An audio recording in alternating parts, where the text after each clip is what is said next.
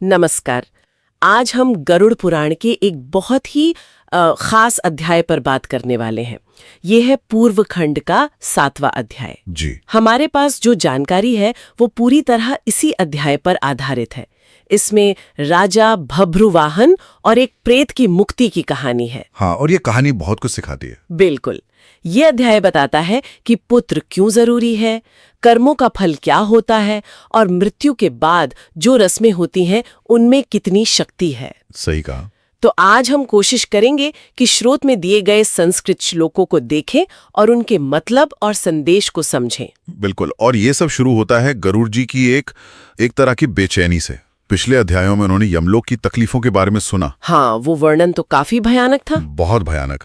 तो वो सुनकर ना गरुड़ जी बहुत दुखी हो गए और उन्होंने भगवान विष्णु से पूछा कि भाई इन कष्टों से बचने का, अच्छी गति पाने का कोई रास्ता है भी या नहीं। खासकर उनके लिए जिन्होंने जाने अनजाने पाप किए हो। हाँ बिल्कुल। और बस यहीं से इस अध्याय का आधार बनता है। तो चलिए पहले श्लोक से शुरू करते हैं। सूत उवाच एतत् श्रुत्वा गरुड़ो वेपमानः पीपलपत्रवत् पुनः पप्रच्छ केशवम प्राणिनामोपकारकम। 1। सूत जी कह रहे हैं कि वो यम यातनाओं का वर्णन सुनकर गरुड़ जी एकदम मतलब पीपल के पत्ते की तरह कांपने लगे और फिर उन्होंने प्राणियों के भले के लिए भगवान विष्णु से दोबारा सवाल पूछा। हाँ, और ये कांपना सिर्फ डर नहीं था, ये असल में गहरी करुणा थी, दूसरों के दुख को महसूस करना था। अच्छा। गरुड़ की यही जो भावना है, यही जानने की इच्छा, इसी से सारा ज्ञान हमें मिल रहा है। और उनका सवाल क्या था? ये है श्लोक 2 में। गरुड़ उवाच येन उपायेन मर्त्यानाम प्रमादाध्वा कृते अपि वा पाप कर्म कृताम यातना यमदूतानाम न भवेत तन्मे वद। गरुड़ जी पूछ रहे हैं, हे प्रभु, मुझे वो तरीका बताइए, वो उपाय जिससे अगर किसी इंसान ने गलती से या जानबूझकर भी पाप कर दिया हो तो वो यमदूतों की तकलीफों से बच सके। ये एकदम सीधा सवाल है। दुख से छुटकारा कैसे मिले?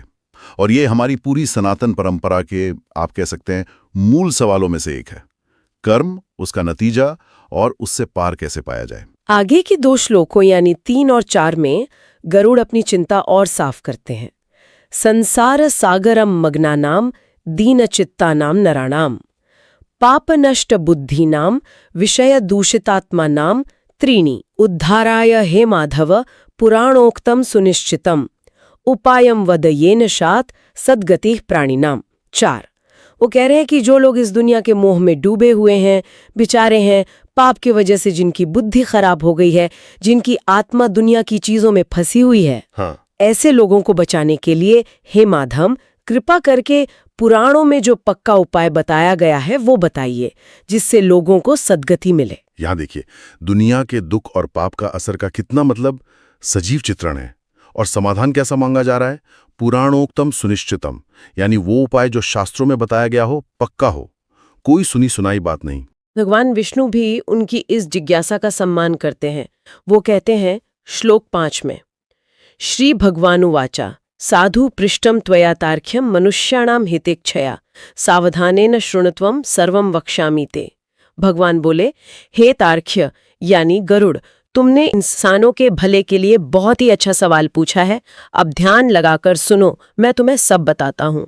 ये जो आश्वासन है भगवान का, ये सिर्फ गरुड़ के लिए नहीं है, ये हर उस इंसान के लिए जो ये ज्ञान सुन रहा है या पढ़ रहा है। ये बताता है कि ये ज्ञान कितना जरूरी है और कितना प्रामाणिक है। और अब भगवान सीधे उपाय बताने से पहले एक बहुत अहम बात उठाते हैं, पुत्र का महत्व। श्लोक 6 में देखिए, दुर्गति पूर्व कथिता पापिनाम पुत्र वर्जितानाम न तथा खगेश्वर पुत्रवताम धर्मिनाम जनानाम। भगवान कह रहे हैं, पाप करने वालों की और खासकर जिनके बेटा नहीं है उनकी बुरी गति के बारे में तो पहले ही बताया जा चुका है। लेकिन हे पक्षीराज, जो लोग धर्म के रास्ते पर चलते हैं और जिनके पुत्र हैं, उनकी वैसी बुरी गति नहीं होती। ये श्लोक सीधे सीधे संतान को, खासकर पुत्र को, मृत्यु के बाद के जीवन से जोड़ता है। ये इस अध्याय का एक मुख्य विषय है कि उस समय पुत्र का होना क्यों इतना महत्वपूर्ण माना जाता था। लेकिन अगर किसी के पिछले कर्मों की वजह से पुत्र न हो पाए तो इसका भी कोई उपाय है? हाँ बिल्कुल। श्लोक 7 और 8 इसी बारे में है। यदि पूर्व कर्मणा पुत्र जन्मनि विघ्नं जातम तदा कश्चिद उपायः कार्यः पुत्रोत्पत्त्यै। हरिवंशश्रवणेन शतचंडी यजनेन वा शिवाराधनया भक्त्या बुद्धिमान पुत्रम जनेयेत। 8। इसमें कहा गया है कि अगर पिछले कर्मों की वजह से पुत्र होने में रुकावट आ रही है तो उपाय करने चाहिए, जैसे हरिवंश पुराण सुनना, शतचंडी यज्ञ करना या फिर पूरी भक्ति से शिवजी की पूजा करना।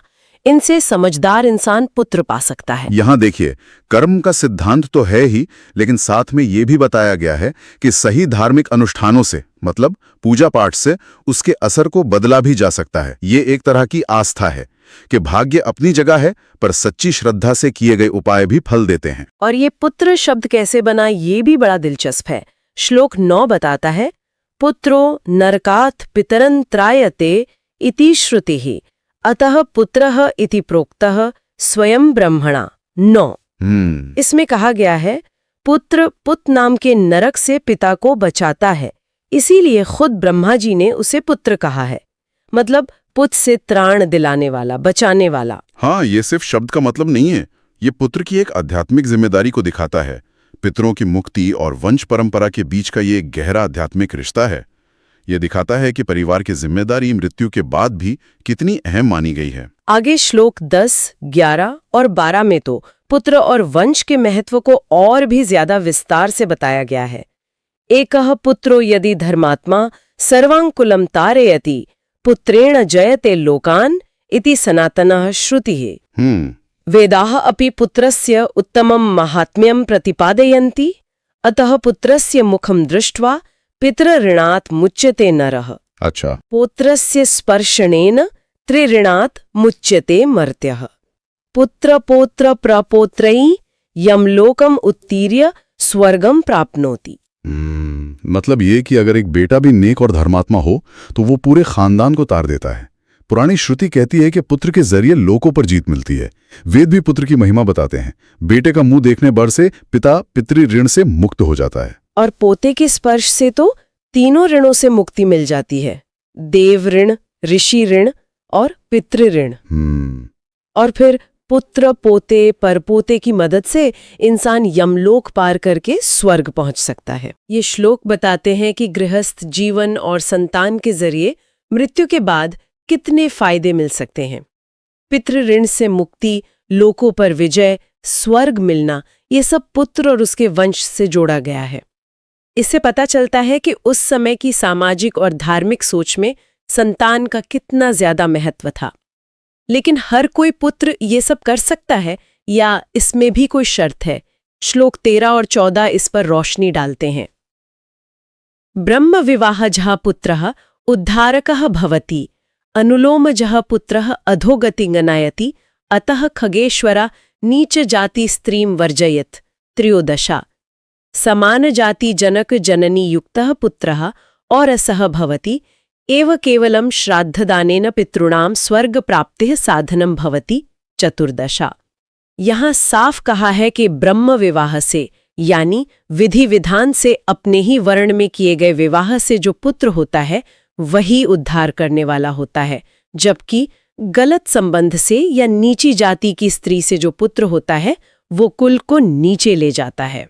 हाँ, इसलिए नीची जाति की स्त्री से बचने को कहा गया है। और ये भी कि समान जाति के माता पिता से जन्मा पुत्र ही औरस यानी असली या वैध कहलाता है, और वही श्राद्ध करके पितरों को स्वर्ग दिला सकता है। ये श्लोक उस समय की सामाजिक व्यवस्था, खासकर वर्ण व्यवस्था पर आधारित सोच को दिखाते हैं। श्राद्ध जैसा महत्वपूर्ण काम करने के लिए बेटे का सामाजिक और धार्मिक रूप से वैध होना जरूरी माना गया था।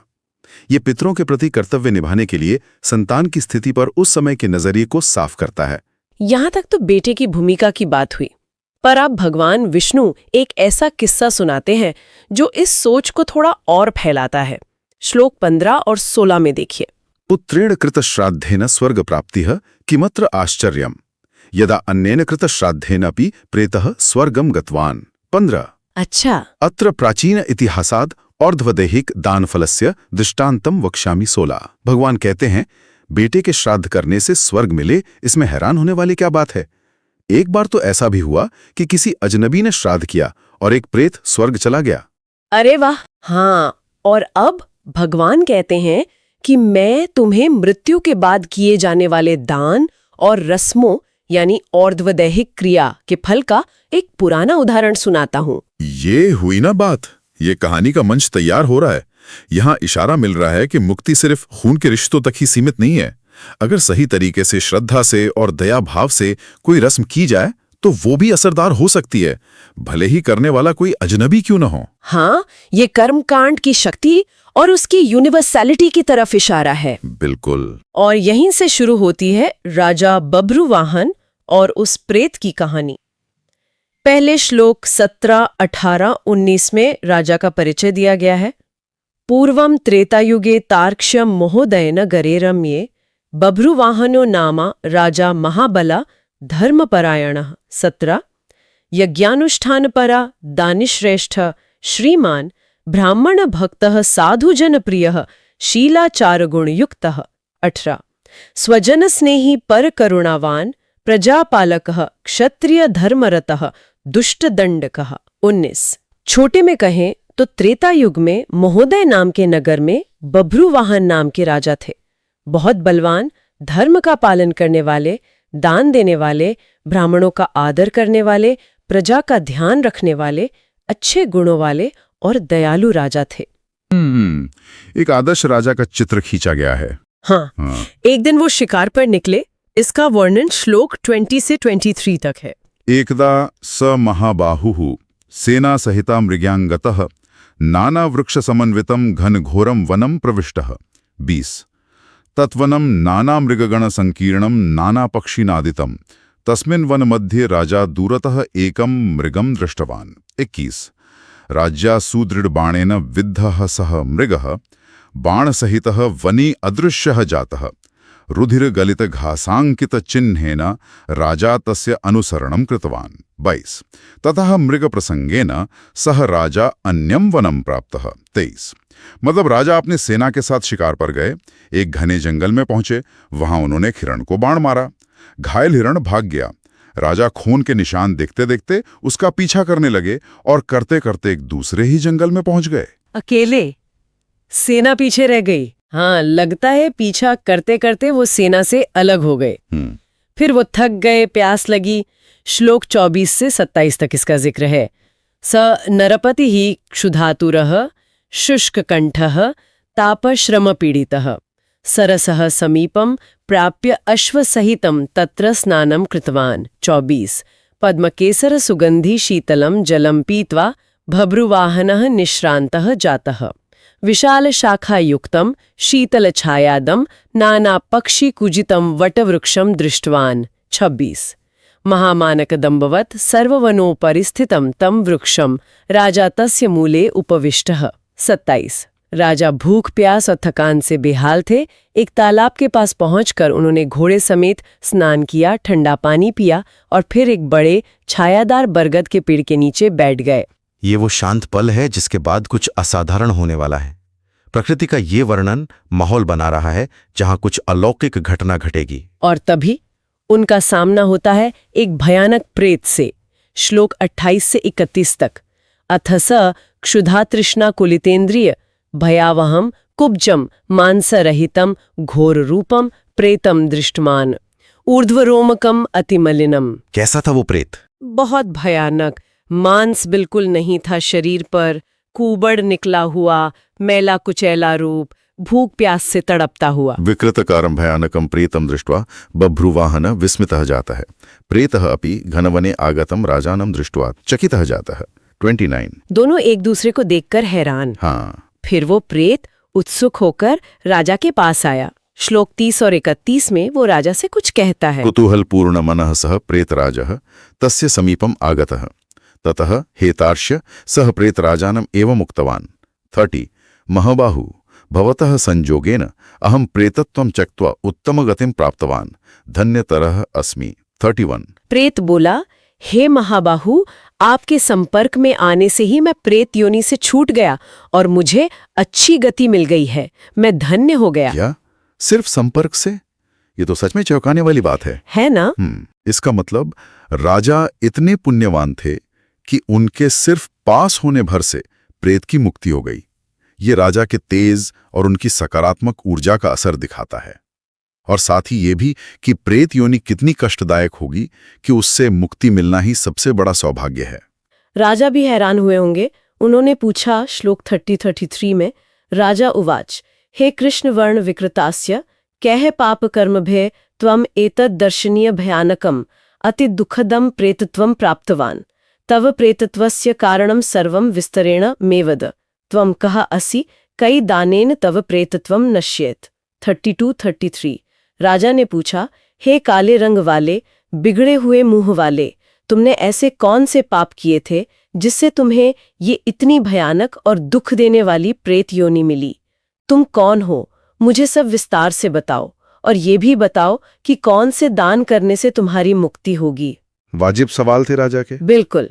अब प्रेत अपनी पूरी कहानी सुनाता है, श्लोक 34 से 41 तक। प्रेत उवाच आदितः सर्वम राजश्रेष्ठ तुभ्यम वक्ष्यामि प्रेतत्व कारणम श्रुत्वा निश्चितं कृपाम करिष्यसि।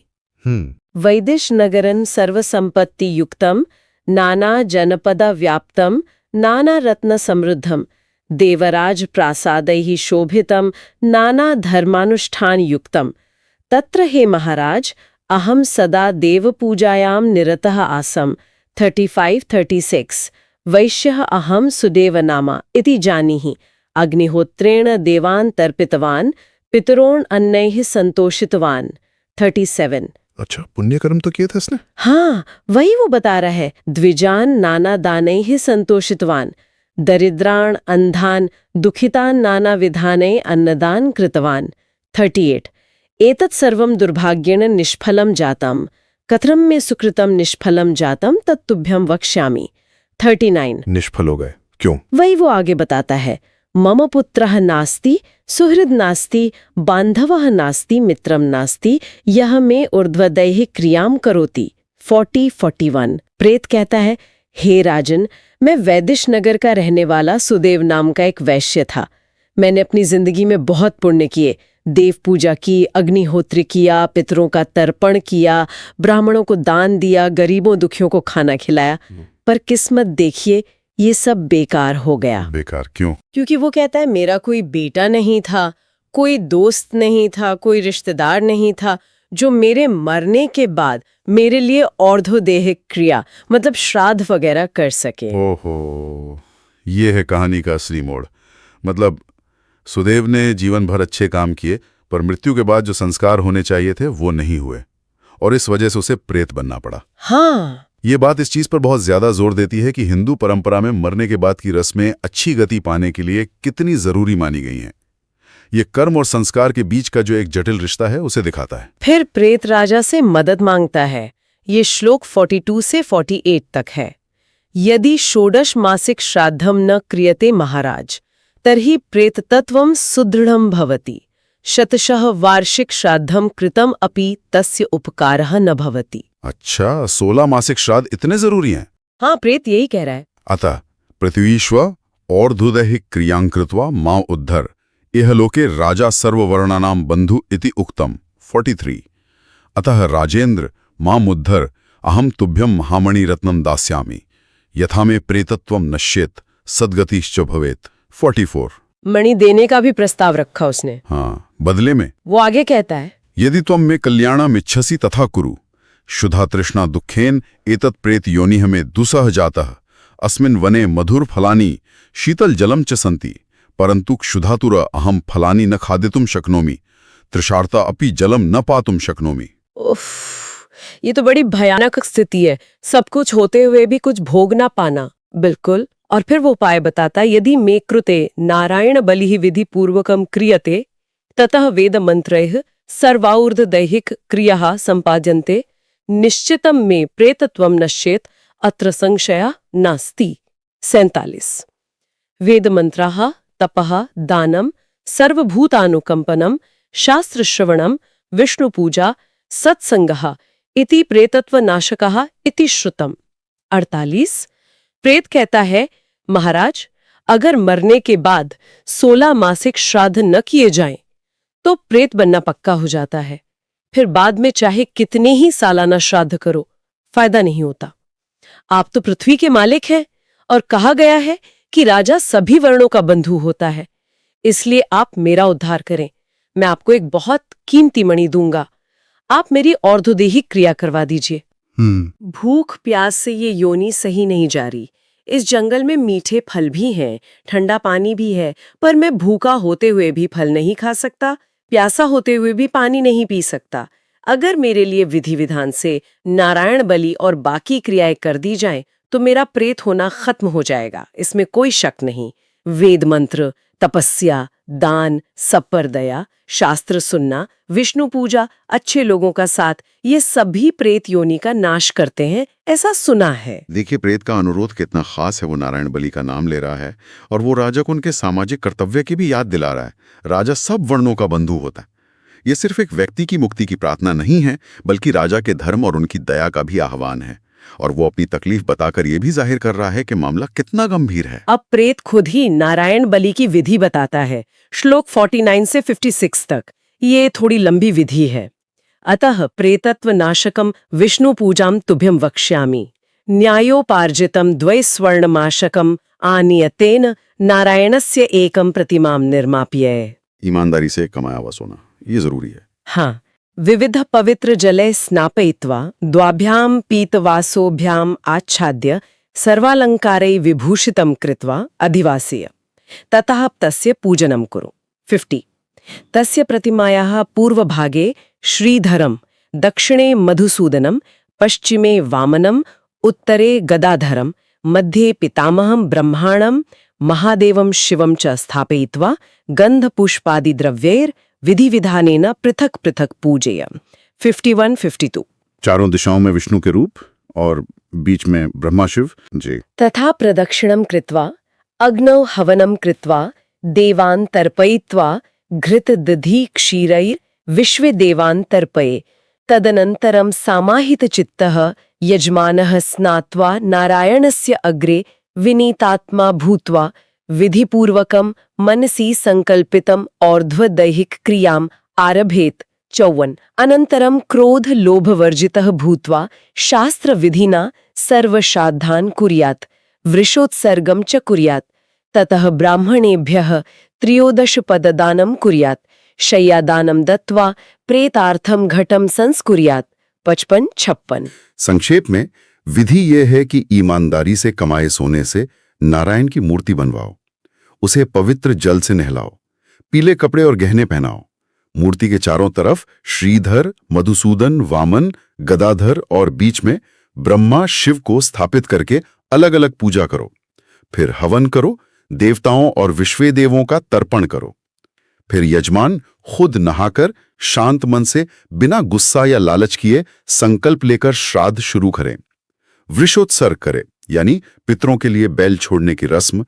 ब्राह्मणों को 13 जरूरी चीजें दान करें, बिस्तर दान करें और प्रेत के नाम पर एक घट यानी कलश का संस्कार करें। दिखाता है कि अनुष्ठान की सफलता के लिए सिर्फ श्रद्धा ही नहीं, बल्कि विधि का सही पालन भी कितना जरूरी माना गया है। हर चीज का अपना एक प्रतीकात्मक मतलब है। राजा उस खास प्रेत घट के बारे में और जानना चाहते हैं। श्लोक 57 राजा उवाच प्रेत घटः कथम निर्मितव्य केन विधानेन दातव्य सर्वभूतानुकंपा हेतोः प्रेत मुक्तिदायकम प्रेत घट दानम में वध। 57 राजा पूछते हैं ये प्रेत घट कैसे बनता है, इसे कैसे दान करना है। सब पर दया की भावना से इस मुक्ति दिलाने वाले दान के बारे में मुझे और बताइए। प्रेत उसे समझाता है। श्लोक 58 से 63 तक। प्रेत उवाच साधु पृष्ठम महाराज यया सुदृढ़दानेन प्रेतत्वं न भवति ताम वक्ष्यामि धार्यस्व। 58 प्रेत घट दानम सर्व प्रकारा मंगल विनाशकम सर्वलोकेषु दुर्लभम दुर्गति नाशकम च। सभी अमंगलों का नाश करने वाला और दुर्लभ दान। हाँ, शुद्ध हिरण्यमयं घटं निर्माय ब्रह्मेश केशवेभ्यः सर्वलोकपालेभ्यश्च समर्पय घृतेन पूरयित्वा भक्त्या पूजयित्वा द्विजाय दद्यात्।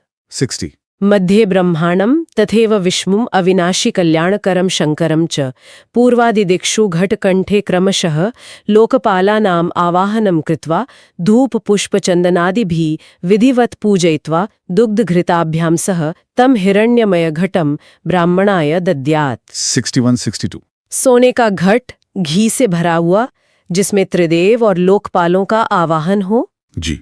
और फिर उसे दूध घी के साथ ब्राह्मण को दान देना है।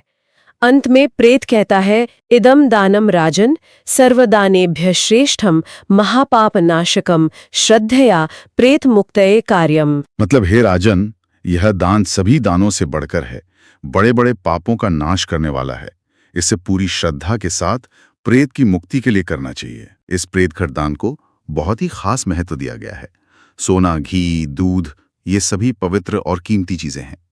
देवताओं का आवाहन और उन्हें समर्पण, ये सब मिलकर इसे एक शक्तिशाली आध्यात्मिक प्रक्रिया बनाते हैं, जिसका मकसद है प्रेत को उसकी बुरी अवस्था से निकालकर अच्छी अवस्था में पहुंचाना। अब कहानी अपने अंत की तरफ बढ़ रही है। श्लोक 64 में भगवान विष्णु बताते हैं, श्री भगवान उवाचा एवं प्रेतेन सह संवादम कुर्वन्ति राजनी तस्य सेना गजाश्वरथैः सह पश्चात आगतः। 64। जब राजा और प्रेत बात कर ही रहे थे, तभी पीछे से राजा की सेना आ गई, हाथी, घोड़े, रथ सबके साथ। अच्छा, सेना पहुंच गई? हाँ। सेना को देखकर प्रेत ने क्या किया? श्लोक 65। सेनायाः आगमने प्रेतः राजाय महामुनिम दत्वा तम प्रणम्य पुनः और्ध्व देहे क्रियां कर्तुम प्रार्थयित्वा अदृश्यः जातः। 65। सेना के आते ही प्रेत ने राजा को वो मणि दे दी, उन्हें प्रणाम किया, एक बार फिर से और्ध्व देहिक क्रिया करने की प्रार्थना की और गायब हो गया। अपना वादा निभाया उसने मणि देने का। देखुल। और राजा ने भी अपना वचन निभाया। श्लोक 66। वनात् निर्गत्य राजा स्वनगरम प्रत्यागत प्रेतेन उक्तानि वचनानि स्मरन् नगरम प्राप्य विधि विधानेन और्ध्वदैहिक क्रियाम अनुष्ठानम च कृतवान। 66। जंगल से निकलकर राजा अपने नगर वापस लौटे। उन्हें प्रेत की बातें याद थीं। उन्होंने पूरे विधि विधान से उसके लिए वो सारी और्ध्वदैहिक क्रियाएं पूरी की। और इसका नतीजा क्या निकला? श्लोक 67 बताता है, तस्य पुण्य प्रभावेण मुक्तः प्रेतः स्वर्गम गतः। राजा के उस पुण्य कर्म के असर से वो प्रेत मुक्त हो गया और स्वर्ग चला गया। वाह। अंत में भगवान विष्णु इसका सार बताते हैं श्लोक 68 के पहले हिस्से में, यदा अन्येन दत्त श्राद्धेन प्रेतस्य सद्गतिः जाता तर्हि पुत्रेण प्रदत्त श्राद्धेन पितुः सद्गतिः अवश्यम भविष्यति। 68। श्लोक 68 का आरंभ, मतलब जब किसी अजनबी के श्राद्ध करने से प्रेत को अच्छी गति मिल गई, तो फिर बेटी के श्राद्ध करने से पिता को अच्छी गति क्यों नहीं मिलेगी? जरूर मिलेगी, इसमें कोई शक नहीं। बिल्कुल। और इसी श्लोक के दूसरे हिस्से में इस कहानी को सुनने का फल भी बताया गया है। एतत् पुण्यप्रदम इतिहासम य शृणोति य श्रावयति च तौ द्वावपि पापाचार युक्तौ अपि प्रेतत्वम न प्राप्नुतः। 68 का अंत। जी। जो कोई इस पुण्य देने वाली कहानी को सुनता है या दूसरों को सुनाता है, वो दोनों, भले ही उन्होंने पाप किए हों, प्रेत योनि को प्राप्त नहीं होते। सोचिए, सिर्फ कथा सुनने का इतना पुण्य बताया गया है। तो इस पूरे अध्याय से जो खास बातें निकल कर आती हैं वो ये है, एक तो श्राद्ध कर्म के लिए पुत्र का महत्व बताया गया है। हाँ। लेकिन साथ ही ये भी दिखाया गया है कि अगर कोई दूसरा भी, जैसे यहाँ राजा ने किया, पूरे विधि विधान से और दया भाव से रस्में करें, तो उसकी शक्ति भी उतनी ही है। सही बात है। नारायण बलि की विधि बताई गई, राजा का क्या कर्तव्य है इसका जिक्र है, और कहानी सुनने का भी अपना पुण्य है। और यह अध्याय मृत्यु के बाद भी जीवन चलता रहता है, इस हिंदू मान्यता को पुख्ता करता है। श्राद्ध कर्म कितने जरूरी हैं ये बताता है, और दया भाव, करुणा, ये कितने ऊंचे गुण हैं ये भी दिखाता है। और ये भी कि रस्म की सफलता विधि और भक्ति पर निर्भर करती है, सिर्फ खून के रिश्ते पर नहीं। बिल्कुल। और सुदेव का उदाहरण ये भी सोचने पर मजबूर करता है कि जिंदगी में किए गए पुण्य कर्म और मरने के बाद के संस्कार, शायद दोनों का संतुलन अच्छी गति पाने के लिए जरूरी है। वाकई ये कहानी हमें सोचने पर मजबूर करती है कि क्या कर्मकांडों का महत्व सिर्फ परिवार तक ही सीमित है, या फिर इसका असर दुनिया में फैली करुणा और हमारे कर्तव्यों तक जाता है। ये सवाल हमें अपने कामों और जिम्मेदारियों के बारे में सोचने की प्रेरणा देता है। निश्चित रूप से ये कथा हमें जीवन, मृत्यु और हमारे पारलौकिक कर्तव्यों के बारे में जो गहरी सांस्कृतिक सोच है उसे समझने में मदद करती है। इन विचारों पर सोचना, मनन करना हम सब के लिए फायदेमंद हो सकता है।